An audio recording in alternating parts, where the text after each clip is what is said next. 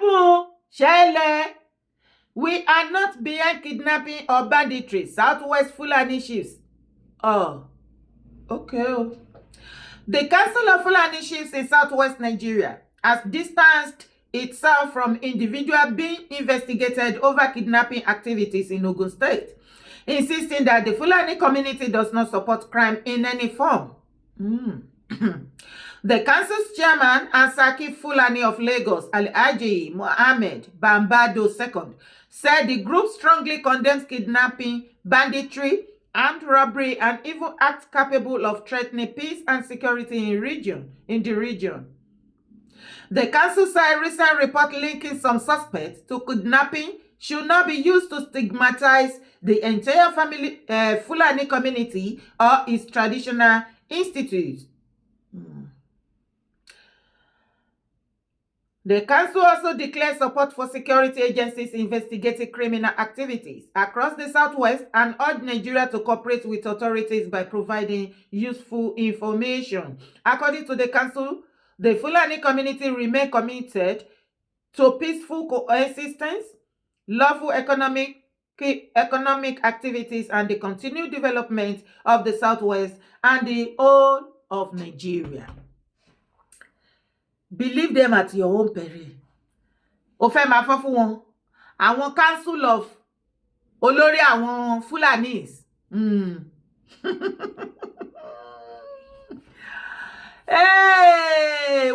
Wọ́n pera wọn ní Southwest Fulani Chiefs. Wọ́n kóra wọn jọ. Ó dẹ̀ pé iṣẹ́ ti dọ́dọ̀ wọn báyìí. Wọ́n ti invite wọn fún àlàyé. Àwọn wá pariwo síta ń sìn wípé irọ́ o, àwọn ò lọ́wọ́ bẹ́ o. Àwọn Fulani, àwọn Southwest Fulani Chiefs, wọ́n láwọn ò bá wọn lọ́wọ́ sí bí wọ́n ṣe kidnap ńlẹ̀ Yorùbá. Ìwọ tó dẹ̀ jójúlówó ọmọkọ Yorùbá pọ́nbélé, ìwọ dẹ̀ lọ ń bìlíìfù wọn. Ṣòráyé ìwọ àti mi. Ṣó ti ríra wá? Àbò fẹ́ sọ fún mi wípé o ò gbọ́ wípé ńgbà tí wọ́n ṣe oríṣiríṣi àwọn kidnapping tó ṣẹlẹ̀ ní Ogun State lẹ́nu ọjọ́ mẹ́ta. Wọ́n ní wọ́n dé ọ̀dọ̀ olórí àwọn Fulani ṣíìfù wọn, Sarkin wọn ní Ogun State ńbẹ̀. Wọ́n ní wọ́n ṣàṣì inú ilé ẹ̀. Wọ́n padà bá àpò tí wọ́n lọ fi san, ìkan lára àwọn àpò tí wọ́n lọ fi san owó ransom láìpẹ́ láwọn tó jí gbé ní Ogun State. Wọ́n bá àpò tó fi san owó yẹn, wọ́n bá nínú ilé olórí àwọn Fulani, ìyẹn Fulani Chiefs ní Ogun State ńbẹ̀. Ìgbà tó máa fọ̀rọ̀ wá lẹ́nu bọ̀, kí ló gbọ́ tó sọ? Kí ni nǹkan tẹ́ gbọ́ tó sọ? Ó ní kó ṣe òun jẹ́jẹ́ o. Ó lóun ò gba ransom ní tòun. Ó ní àwọn ọmọ òun ló ń ṣiṣẹ́ kidnapping. Ó lóun ò dẹ̀ mọ̀ wípé wọn ò tí stop. The same àwọn ọmọ tóun àti ẹjọ́ ń sùn, tọ́jọ́ ń jí, tọ́jọ́ ń jẹ, tọ́jọ́ ń mu, tọ́ níyàwó síbẹ̀, sọ́dọ̀ ẹ̀bẹ̀ tí gbogbo wọn jọ ń gbé. Ó wá sọ nísìnyí wípé ìwọ ò mọ̀ wípé àwọn ọmọ tiẹ̀ ṣe practice kidnapping. Àwọn ni wọ́n kidnap. Tí àwọn ilé bá wá bọ́ síta nísìn tí wọ́n sọ wípé àwọn head of Fulani Chiefs o ní ilẹ̀ Yorùbá o, àwọn ò mọ̀ sí ọ̀rọ̀ kidnapping, ìwọ náà dẹ̀ ń bá wọn lọ́wọ́ sí, òun bá wọn sọ wípé bẹ́ẹ̀ ni. Ṣé nǹkan ò ti ṣe ẹ̀yin tẹ́ bá ń believe wọn ṣá? Ṣé ẹ̀mí yín jọ yín lójú? Abẹ́ gbọ́ wípé àwọn kan wà tí wọ́n ti pa tó padà fún wọn ní extra life, tó dá wọn padà sáyé. Tó bá ti wá mọ̀ pé kò rí bẹ́ẹ̀, tẹ̀lé mi wá wo fídíò yìí. Sọ fún yín pé Ọlọ́run á rẹ̀ yín lẹ́kún. Wọ́n ní kẹ́ má sunkún, kẹ́ má fòyà.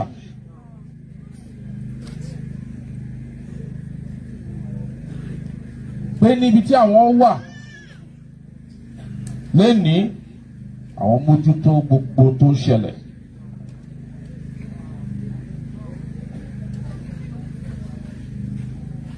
Pé kẹ́ lọ sinmi, kẹ́ ní fọkànbalẹ̀ pé ìjọba àwọn President Bola Ahmed Tinubu wọ́n wà lórí situation tàbára wa. Pé àwọn ọmọ yín pẹ̀lú ògo Ọlọ́run, lágbára Ọlọ́run, wọ́n máa padà láìpẹ́. Láì ṣe kí ni? Láìpẹ́. Lágbára Ọlọ́run.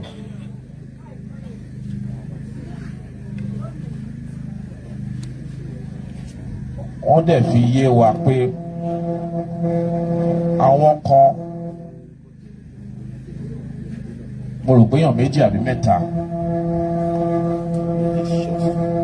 lọ pa àádébẹ̀ láti lọ rí àwọn ẹbí wọn.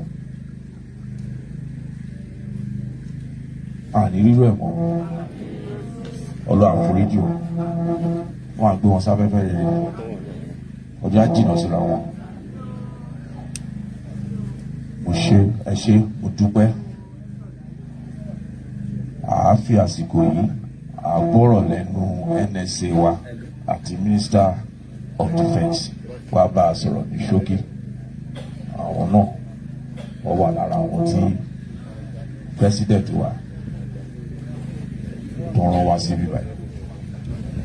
Ẹ ṣé. Bàbá Fẹ́mi gbẹ̀jẹ̀ bí àmì lẹ́ẹ̀kú dìde sà, ẹ kú ìrìnsẹ̀, ẹ pẹ̀lẹ́, ẹ ra sà, ẹ ǹlẹ́, ẹ kú iṣẹ́, OCSO. Wọ́n wá gbẹnu bàbá rán wọn ní pbat. Bàbá Tinubu ló rán wọn kọ́ wá tẹ́lì sáwà ọmọ kó o tún ajíire Yorùbá. Abẹ́ẹ̀rí ni. Orí ká fọkànbalẹ̀ iná la ṣe wá. Abẹ́ ìgbọ́rọ̀ tán ní bàbá mú ránṣẹ́ ni. Ó wọ̀ mí lákìyẹmí ara. Wọ́n ní bàbá Tinubu sọ wípé ká pẹ̀lẹ́ àwọn rí gbogbo nǹkan tó ń ṣẹlẹ̀ o, kì í ṣe pé àwọn dá wa dá o, gbogbo ẹ̀ ló yé àwọn o.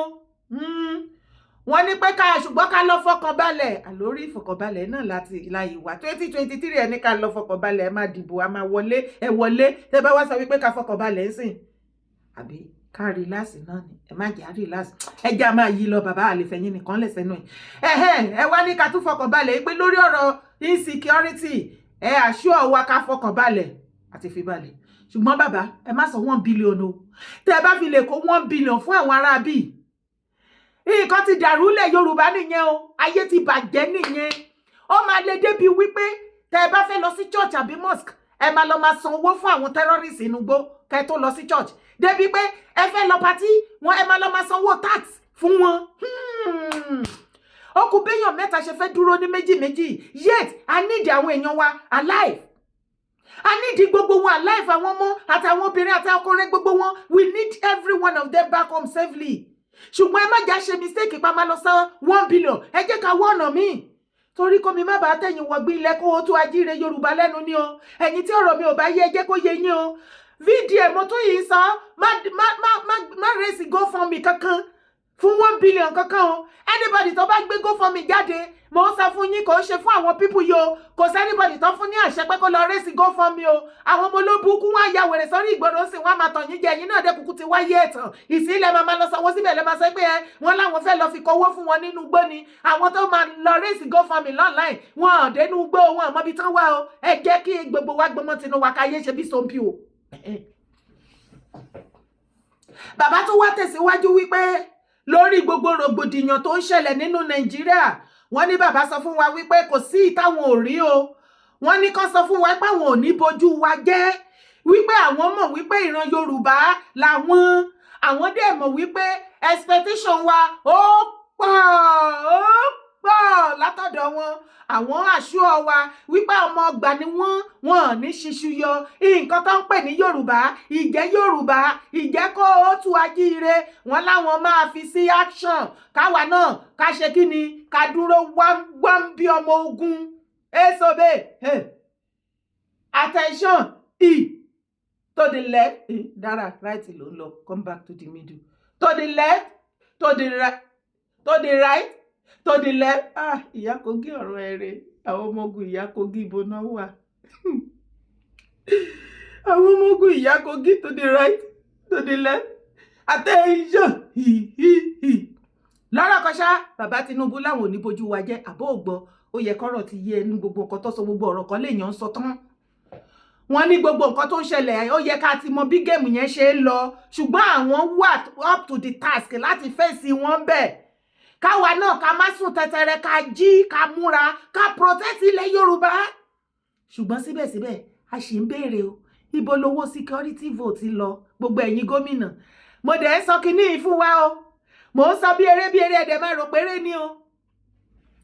Ẹ̀yin gọ́fìnà ilẹ̀ Yorùbá, àti àwọn aráàlú ti ń warm up fún yín báyìí. Ẹ̀yin àgbẹ̀gbẹ̀ ilẹ̀ Yorùbá àọ́fà ṣé ti rí ìgboro bóyá ń lọ, ṣé ti rí ìgboro bó ṣe ń lọ.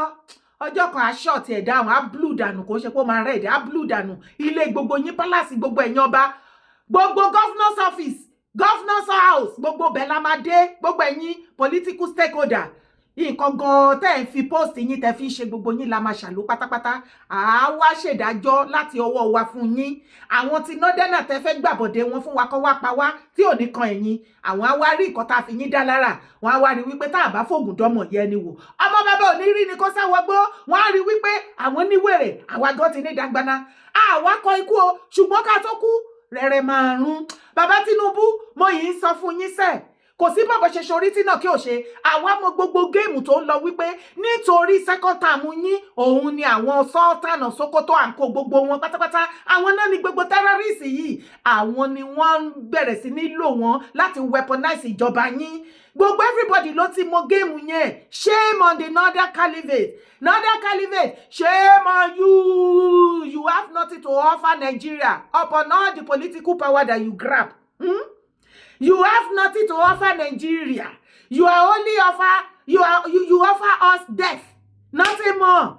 And any head of state that refuse to go on your own way, that refuse to lick your nyash, the only thing you use against them and against their government is your northern militia, your northern freedom fighter.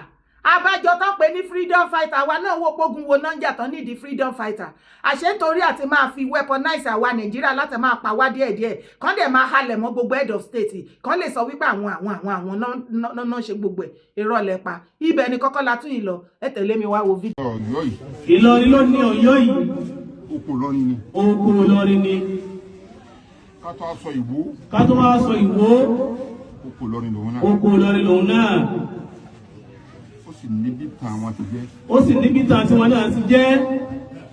Ìtàn tí Ìwó lọ́fà tí wọ́n fi dá wọn Dákẹ́kẹ́ àti Ilé Ifẹ̀ lẹ̀. Ìtàn tí Ìwó lọ́fà tí wọ́n fi dá wọn Dákẹ́kẹ́ àti Ifẹ̀ lẹ̀. Oko Ìlọrin lòun náà. Oko Ìlọrin lòun náà. Àwọn àgbàlagbà wọn máa. Àwọn àgbàlagbà wọn àwọn sì mọ̀ bẹ́ẹ̀. Ibi tí àwọn àgbàlagbà ń lọ ńjọ́ náà. Ibi tí àwọn àgbàlagbà ń lọ ńjọ́ náà. Bó Islam ò ti ní dé. Ṣọ́tàn bí òtán o, gbogbo ẹ̀yin òpìtàn ilẹ̀ Yorùbá ṣe ti ráyè yín báyìí. Nígbà tẹ́ bẹ̀rẹ̀ sí ní sọ gbogbo nǹkan di ọ̀tẹ̀ àtàbòsí, gbogbo yín tẹ́ ń pàtàn nípa ìtàn ilẹ̀ Kóòtù Àjíire ilẹ̀ Yorùbá, tẹ́ bẹ̀rẹ̀ sí ní sọ ìtàn di ọ̀tẹ̀, ẹ wá ń pa ní ọ̀nà tó yá fi fẹ́vọ̀ oníkálukú. Tá fi sọ wípé eléyìí ni o, eléyìí kọ́ o, àwa ni o, àwọn kọ́ o. Ìgbà tẹ́ mú ìtàn tẹ́ sọ di wèrè mọ́ra yín lọ́wọ́, ṣe bá àwọn ọmọ nọ́dẹ́nà àárín tọ́tẹ̀ ìdó sí àárín wa, ṣe bí wọ́n dojú ìtàn rú mọ́ yín lọ́wọ́, wọ́n ti bá yín tútàn pa. Mo dẹ̀ rántí wípé mo pariwo bàbá Ọọ̀ni, mo ní ẹ tètè gbé ìgbésẹ̀, ẹ tètè wá ọ̀nà, ẹ pé gbogbo àwọn tẹ́ bá máa pè, àwọn bàbá Abímbọ́lá àǹkó, bàbá Ẹlẹ́bùúbù àti gbogbo everybody tí wọ́n mọ̀ nípa original ìtàn ilẹ̀ Kóòtù Àjíire, kí àlejò tó wá tú ìkàntàn fún wa. Mo ní ẹ pè wọ́n kí ẹ tètè wá ìtàn gidi, kí gbogbo ìtàn Kóòtù Àjíire kó papọ̀ sójú kan, ká dẹ̀ bẹ̀rẹ̀ sí ní tíṣì wọn láti primary, torí ọjọ́ ọ̀la ilẹ̀ Yorùbá ó ṣèkì báyìí, àfàìmọ̀ kí ilẹ̀ Yorùbá má parẹ́ nínú ayé. Ṣọ́tàn yín ìgbà tán wá bọ́ síta sí tí wọ́n sọ fún ìwọ àtèmi wípé oko Ìlọrin o òun ni Ọ̀yọ́. Ẹ̀yin ọmọ Ọ̀yọ́, Ọ̀yọ́ Aláàfin Òjò Pàṣẹkẹrẹ Mádé ọmọ Àtìbà, kábíyèsí ọba mi Aláàfin Ọwọ́adé, mo kí yín mo kí yín o. Wọ́n ní oko Ìlọrin ò ní Ọ̀yọ́ Aláàfin lọ́dọ̀ yín o. Mo ní iṣẹ́ ti gbọ́, tẹ́ ẹ bá ti gbọ́ mo ní kí n sọ dọ́dọ̀ yín náà ni o. Gbogbo blọ́gà Ọ̀yọ́ gàre ọwọ́ la fi rúbo alùmọ̀rúfù alva ó tí gbọ́ fídíò yìí wọ́n lóko Ìlọrin lẹ́yìn Ọ̀yọ́ bọ́ta, má jẹ́ kó jẹ́ pọ́dọ̀ Aláàfin nìkan Ọlọ́ọ̀ni nìkan ló máa múra kankan, bọ́ta gàre kó fún wọn lésì. Àbí ṣé lóòótọ́ ni wọ́n sọ ni? Tá àbá tèmi ò bá ti wá rí yín kẹ bọ́ síta kẹ bojú má yìí jẹ́ kẹ kó fún wọn lọ́rin, a jẹ́ wípé oko Ọ̀yọ́ ni yín lóòótọ́, oko Ìlọrin ni yín lóòótọ́ o. Wọ́n dúró ń bẹ̀ àlọ́tẹ̀ ò dá, ọ̀tẹ̀ ò dá, ọ̀tẹ̀ ò lérè, mú lọ́tẹ̀ máa ń tẹ̀ ní rì. ẹ̀yin Ìwó báwo ni tiyín náà tún ṣe jẹ́ àfìgbà tí Gúmi Ìwó àwọn sẹ́ẹ̀tì Gúmi Ìwó àfìgbà tó bá tiyín jẹ́ l'Ìwó wọ́n ti ní oko Ìlọrin òun lẹ́yìn ará Ìwó tó jẹ́ sí wípé àtẹ́nítàn wọn á kàn ná gàdọ́dọ̀ yín báyìí ni wọn á dé clear gbogbo yín dànù Fúlàní ti claim yín nìyẹn ókè ó dé pé nǹkan tó ń sọ yẹn kò yé yín Ìlọrin ṣe mọ̀ pé Fúlàní ti claim Ìlọrin wọ́n ní oko Ìlọrin ní Ìwó àti Ọ̀yọ́ that means to say àwọn Fúlàní náà ní Ọ̀yọ́ náà ní Ìwó náà sọ fún yín yẹn àtẹnitẹ tó bá dé rẹ́dí wọ́n bọ̀ wá take over èyí tó wá sọ tó wá jẹ́ kémi dá sí tó lé lórí kége òun ni pé Ifẹ̀ tó wá fi mọ Ifẹ̀ kí ló dé tí gbogbo yín ṣàfẹ́ dojú gbogbo ayé rú ẹ̀kọ́ ṣàfẹ́ báyé jẹ́ irú kí ló wá ṣubú lu ilẹ̀ kóòtù àjíire ilẹ̀ Yorùbá àmọ́ wá ṣe nǹkan ẹgbìnrin ọ̀tẹ̀ lọ̀rọ̀ yìí bá a ti ń pàkan nìkan rú kí ló ṣẹlẹ̀ gan-an kí ló dé mẹ́hàn ẹ̀yin lẹ́tún ní Ifẹ̀ oko Ìlọrin tún ti dé fẹ́ a jẹ́ wípé láàrin ẹ̀yin Fúlàní báyìí àti ẹ̀yin ọmọ Yíbò ta ló wá fẹ́ claim ilẹ̀ Yorùbá báyìí àbí àwọn ọmọ Yíbò làwọn kọ́kọ́ tẹ Ilé Ifẹ̀ dó àwọn Fúlàní náà tún ti sọ́ọ̀sìn wọ́n ní oko Ìlọrin ni àti ẹ̀wà mọ̀bí tá a fẹ́ já mọ́ ṣùgbọ́n kàkà kíkì ni ó ṣakápọ̀ ẹkùn oníkálùkù ayé àmàṣọ́dẹ tiẹ̀ lọ́tọ̀ọ̀tọ̀ ni kàkà kí ìran bàbá ńlá bàbá tèmi kí èmi dára kí ìran Fúlàní kó mi lẹ́rú máa ya dọmọ ìlú bòmí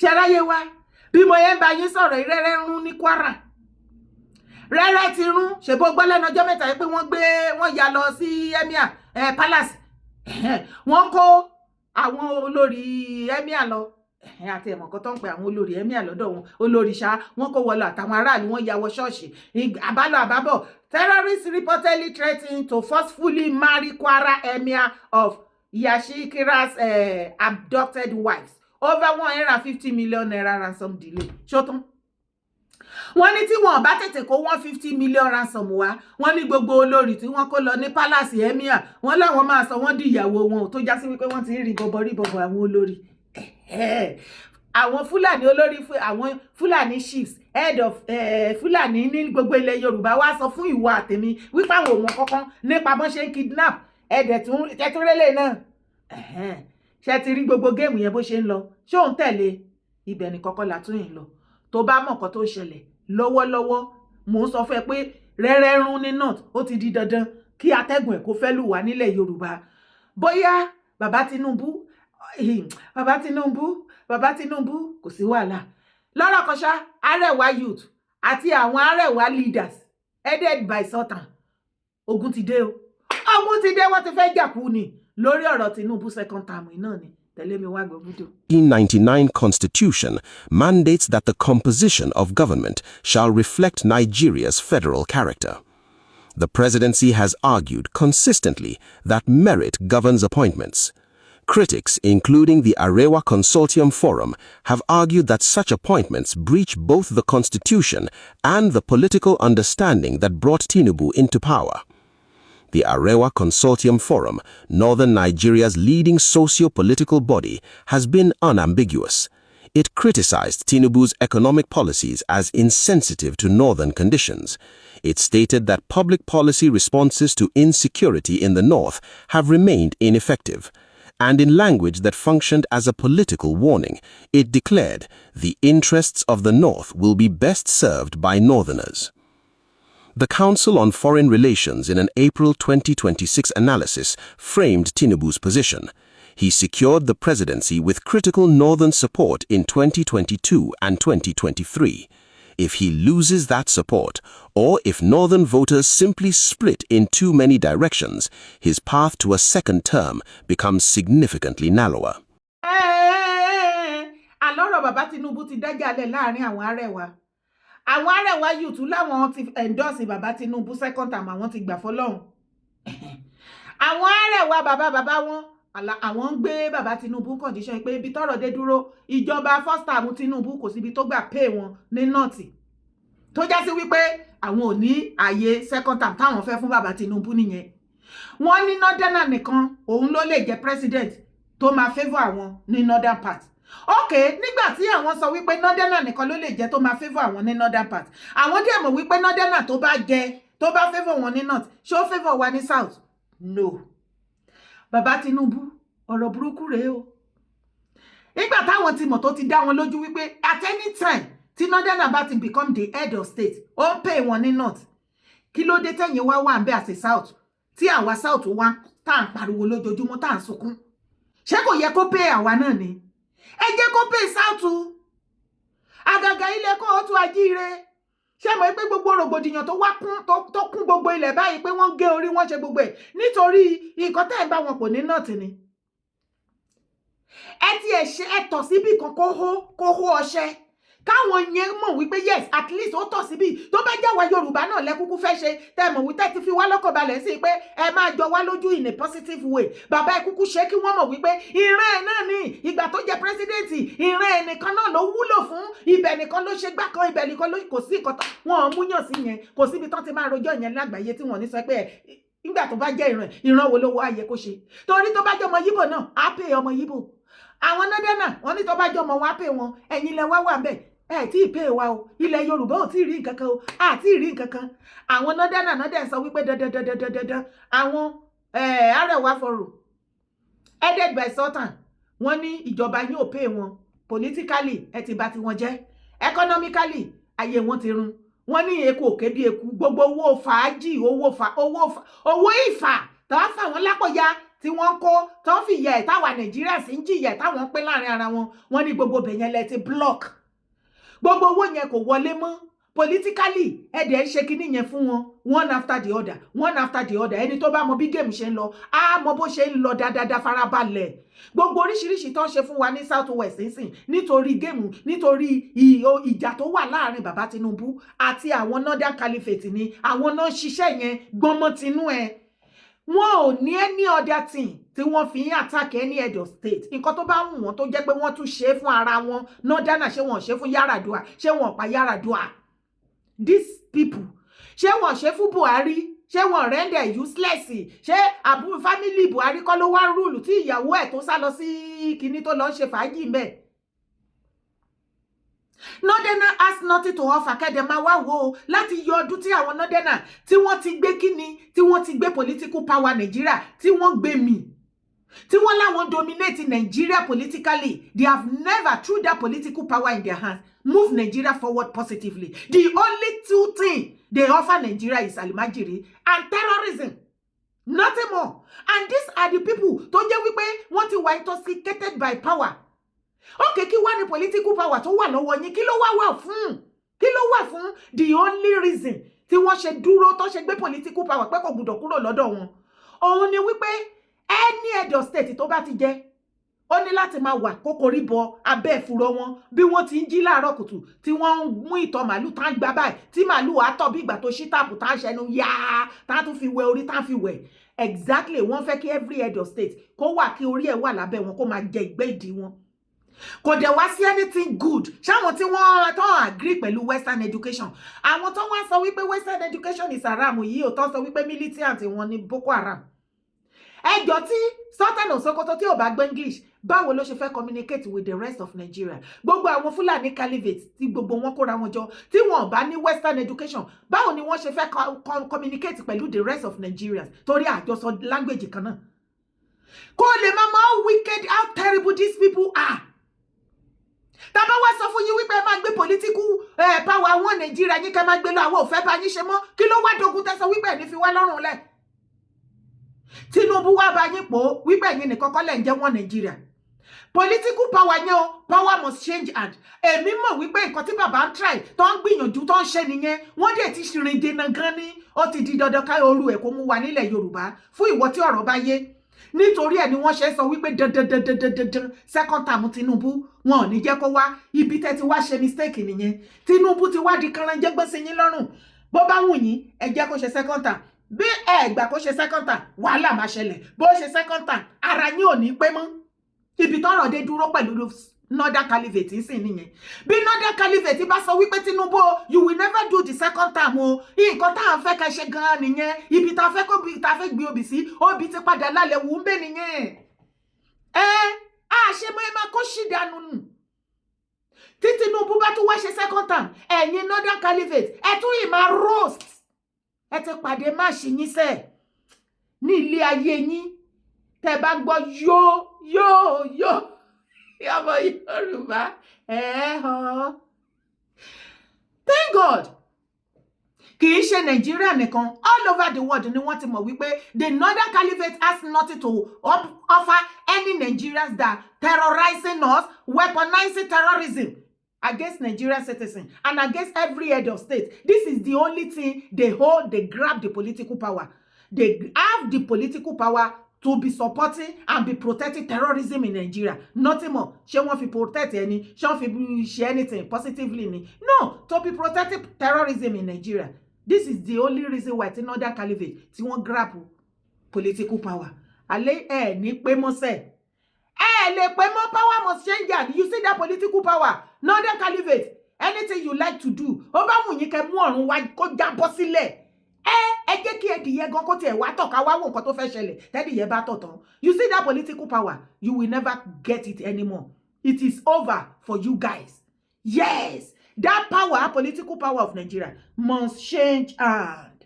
It's going to another tribe after Yoruba. Yes, tabashijo ìwà nu wọn Nigeria. Ìgbẹ́ yẹn máa ṣe mọ́ láyé fa o. Orúkọ tèmi ò yí padà, Yèyé Dára Kowó Èkókókó ni mò ń jẹ́. Má gbàgbé o, ṣó rántí wípé gbogbo ní Ogun State, Ọ̀yọ́ State, Èkìtì àti ìrì ní Ondo, Lagos at the rest. Protest ń lọ lọ́wọ́lọ́wọ́. Àwọn tíṣà wọn ti ya sí gboro. Wọ́n ní kò sí school. Ẹ̀yin student ẹgbẹ́ lẹ́yìn kọ́ má tó wá kidnap yín. Àwọn NUT wọ́n ti bẹ̀rẹ̀. Wọ́n ní indefinite strike ní the rest of Ọ̀yọ́ State. The whole of Ọ̀yọ́ State wọ́n ní indefinite strike. Àwọn teacher wọ́n ní wọ́n lọ sí school. Gbogbo ẹ̀yin state tó kù, let's join them with our solidarity. We are one. Ìkan náà ni gbogbo wa. Àwa tá wà labroad, we are with you guys. Ọlọ́run á máa ṣaláàbò lórí yín. We feel so sorry for the whole situation. But mo mọ̀ wípé Ọlọ́run á gba gbogbo ògo láìpẹ́ láì jìnnà. Díẹ̀ náà ló kù, ẹ jẹ́ ká rọ́jú. Ṣé ti gbọ́? Àwọn tó kó lọ wọ́n á kó wọn padà láyọ̀ àtàlàáfíà. Má gbàgbé láti bá mi share ètò yìí. Má sì gbàgbé láti bá mi like. Drop your comment. God bless Yoruba land. God bless Kóòtù Àjíire. One love.